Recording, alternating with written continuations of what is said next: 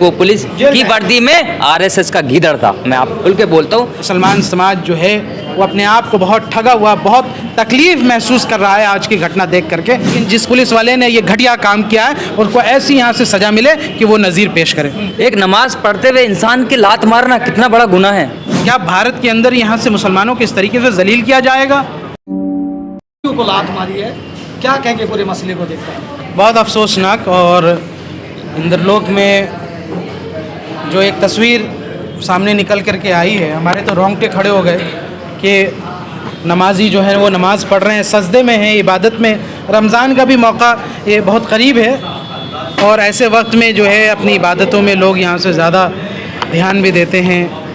क्या वो कैफियत रही होगी, मैं उनकी तकलीफ़ को समझ सकता हूँ, वो मैं महसूस कर पा रहा हूँ कि जब पुलिस ने उनको लात मारी है तो क्या उनको ऐसी ज़लालत महसूस हुई होगी कि एक ताल्लुक़ उनका रब से बना हुआ था और आपने उसमें जाके खलल पैदा कर दी। उस तरीके से ज़िल्लत करना, क्या भारत के अंदर यहाँ से मुसलमानों को इस तरीके से जलील किया जाएगा? यही है आपका परिवार? क्या मुसलमान आपके परिवार में नहीं है? यही है आपका साथ, आप सबका साथ सबका विश्वास? ये मोदी जी की पुलिस ये क्या कर रही है? ये कैसी छवि पेश कर रही है? अंतर्राष्ट्रीय स्तर पर इस तरह के लोग हमारी देश की बेइज्जती कराने का काम कर रहे हैं। World is a global village, जो भी तस्वीरें निकलती है पूरी दुनिया तक फैलती है। ये हमारा दिल्ली इतना खूबसूरत शहर, गंगा जमनी तहजीब का शहर, अगर इस जगह पे ऐसे काम करने वाले लोग होंगे तो फिर यहाँ से खुदा ही बचाए, फिर जो हमारी नेगेटिव पोस्चरिंग करने वाले लोगों को मौका मिल जाए। हम नहीं चाहते कि उनको हमारे देश को बदनाम करने का मौका मिले, लेकिन जिस पुलिस वाले ने ये घटिया काम किया है उसको ऐसी यहाँ से सज़ा मिले कि वो नज़ीर पेश करे। लेकिन शेख जामी साहब, शादी में लगातार प्रशासन मना कर रही थी कि सड़क पे नमाज ना पढ़े, और इससे पहले भी कितनी बार चेतावनी दी जा चुकी है, लेकिन उसके बावजूद लोग मानते नहीं है। सड़क पे नमाज पढ़ने की जगह है क्या? मस्जिदें तो आप तोड़ रहे हैं, हमारे कहाँ नमाज़ पढ़ेंगे? आपने हमारी इबादतगाहों तो तोड़ दिया, हमारे नमाजी कहाँ नमाज पढ़ेंगे? आप अगर इतने कंसर्न हैं कि नमाजी जो है वो सड़क पे ना आ जाएं, क्योंकि बड़ी तादाद होती है, रमज़ान का भी वक्त आ रहा है, जुमा में अमूमन बड़ी तादाद होती है, तो आप अगर चाहते हैं कि चार दीवारी के अंदर सब नमाज पढ़ें तो आप मस्जिदों को तो और बनाने का इंतज़ाम करें। मस्जिदों को वसीकरण करने का जो है उसको चौड़ीकरण करने के लिए यहाँ से आप जगह दें, उसके बजाय आप तोड़ रहे हैं। जब हमारी इबादत गाहों को तोड़ दिया जाएगा तो हम कहाँ जाएंगे? हम तो सड़क पर ही जाएंगे।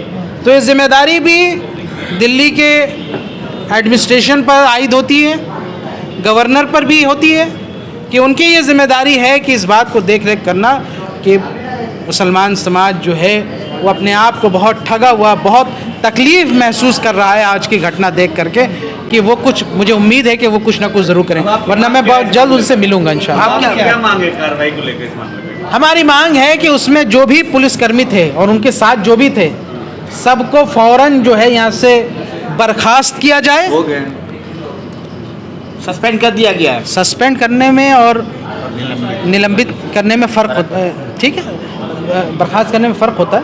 तो उसको जो है मैं ये चाहता हूँ कि उसको जो है नौकरी, उन ऐसे लोगों को जो है यहाँ से नौकरी करने का हक़ नहीं है, और ऐसे लोगों को जो है यहाँ से जो इस तरह का, उस पर तो यहाँ से मुकदमा चलना चाहिए बाकायदा। इसी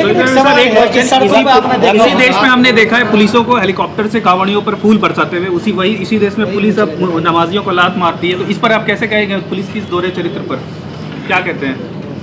जो पुलिस की जिम्मेदारी है आवाम की हिफाजत करना, उनके राइट्स को प्रोटेक्ट करना, अगर वही लोग किसी ना किसी यहाँ से मानसिकता के तहत अगर इस तरह का बायसनेस करेंगे तो ये हमारे संविधान के लिए अच्छी बात नहीं है, हमारी जमहूरियत के लिए अच्छी बात नहीं है, हमारी आइन को ठेस पहुँचता है।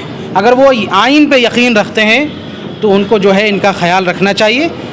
और जो पुलिस का बहुत बड़ा तबका ऐसा है जो लोगों की मदद करती है, हमारे दिल्ली में ही आप देखेंगे कि ह्यूमैनिटेरियन वर्क भी करते हैं, उनको हमारी तरफ से सलाम है, उनको हमारी तरफ से दिल से सलाम है। और मैं पुलिस के आला अधिकारियों से भी इस बारे में रब्ता करूंगा। मुझे पूरी उम्मीद है कि वो हमारी गुहार को सुनेंगे और जो हमारा उनसे एक तवक्को है वो जो है तवक्को वो हमारा मान रखेंगे।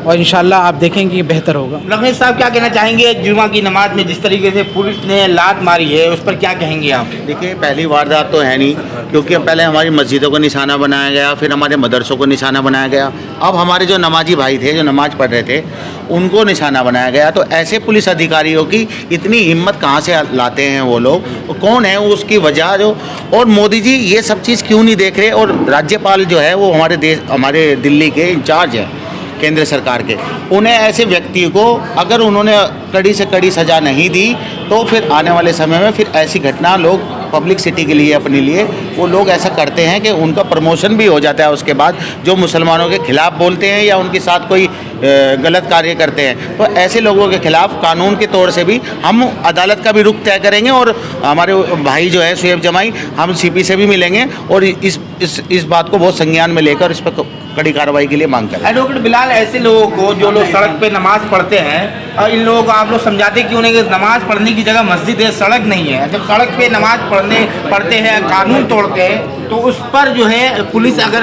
अपना कार्रवाई करती है, एक्शन करती है, तो उस पर आप लोग जो है शोर मचाते हैं। देखिए, पहली बात तो मैं आपको एक क्लियर कर दूं, रोड पर कोई नमाज नहीं पढ़ी गई थी, साइड में जो एक जगह होती है ना वहाँ नमाज पढ़ी गई थी। और सुन लीजिए, ये जो प्रोग्राम करने का स्टाइल जो है आज से नहीं है, ये इनका एक राजनीतिक स्टंट भी हो सकता है। जिस तरीके से इलेक्शन आ रहा है उसको देख के बावजूद एक नमाज पढ़ते हुए इंसान की लात मारना कितना बड़ा गुनाह है। आपको इनको ये होना चाहिए, ये गुनाह भी है और ये कानून के हिसाब से आज को देख लेना, ये तो सस्पेंड की बात कर रहे हैं, हम ऐसी लड़ाई लड़ेंगे कि उसको जेल कराने का काम करेंगे। उस पुलिस वाले को, पुलिस की वर्दी में आरएसएस का गीदड़ था, मैं आप खुल के बोलता हूँ, वो पुलिस की वर्दी में वो काम कर रहा था जो भाजपा के कार्यकर्ता और आरएसएस के कार्यकर्ता करना चाहते हैं देश के बहुत अंदर। बड़ा स्टेटमेंट दे रहे हैं एडवोकेट बिलाल। बिल्कुल दे रहे हैं, इसलिए दे रहे हैं क्योंकि इस तरीके की वारदात दिल्ली के अंदर, देश के अंदर बिल्कुल बर्दाश्त नहीं की जाएंगी। और ऐसे लोगों को जो देश के प्रधानमंत्री कहते हैं सबका साथ सबका विकास, आज क्या हो रहा है? अरे जहाँ जहाँ आप जाते हैं लगातार ये बात करते हैं, मंदिरों की बात करते हैं, क्यों नहीं आप मस्जिद के लिए बोलते हैं आप लगातार? यही बात करने के काम जो है देश के प्रधानमंत्री और जो दिल्ली की बैठी हुई सरकार है राम राज्य की बात करती है। क्या मुसलमानों का हिस्सा नहीं है इस दिल्ली के अंदर? एडवोकेट बिलाल, पुलिस ने लात मारी है, वो वीडियो आपने देखा? हाँ? शर्मनाक वीडियो। जिस तरीके से आपने बताया कि सड़क के किनारे नमाज पढ़ रहे थे, उस वीडियो में साफ दिख रहा है कि सड़क पर नमाज पढ़ रहे थे। भाई सड़क के किनारे नमाज पढ़ लेते, आपको जानना होगा और चेक करना पड़ेगा। देख लीजिए वीडियो, हमने भी देखी है, हमने ट्वीट भी किया है, और जितने भी सामाजिक लोग हैं और जो लीडरान हैं, चाहे कांग्रेस पार्टी अदर कोई सी, सबने इसको वीडियो को देखा। बहुत शर्मनाक वारदात हुई है दिल्ली के अंदर, कोई ये नहीं गाँव में हो गया इस तरीके से। वो तो हम देखते थे उत्तर प्रदेश के अंदर लगातार ये 80-20 की बात करने वाले लोग और लगातार कपड़ों से पहचाना जाएगा, शमशान कब्रिस्तान की करने वाले, ये तो हम देखते थे। लेकिन देश की राजधानी दिल्ली के अंदर इस तरीके की वारदात हो जाती है तो ये बहुत बड़ी शर्मनाक घटना है। इस पे एक्शन लेना होगा और होम मिनिस्ट्री को एक्शन लेना पड़ेगा इस मसले पर। तो ये तो हम कहेंगे, हमने तो नहीं देखा आज तक इस तरीके से दिल्ली में इतने बड़ा नमाज पढ़ते वक्त। चलो ठीक है, नमाज नहीं पढ़ ले तो हटा देते मोहब्बत प्यार से, लेकिन लात मारने का किसने इजाजत दी है? देश का कानून इजाजत नहीं देता किसी भी पुलिस वाले को लात मारकर वो भी सजदे में जाते वक्त। कितनी बड़ी घटना है ये, हमारे दिल को चोट लगी है और हम सारे लोग, चाहे सामाजिक लोग हैं या पॉलिटिकल लोग हैं, इसके विरोध में खड़े होंगे और सब एक साथ आकर ऐसे लोगों को अरेस्ट करने का काम करेंगे। कमिश्नर साहब से हमारी यही मांग है, सस्पेंड करने से कुछ नहीं होगा, बर्खास्ती चाहिए और उसको जो कानूनी तौर पर जेल भेजना चाहिए, जो सेक्शन, भाई यही हम इसकी मांग करते हैं।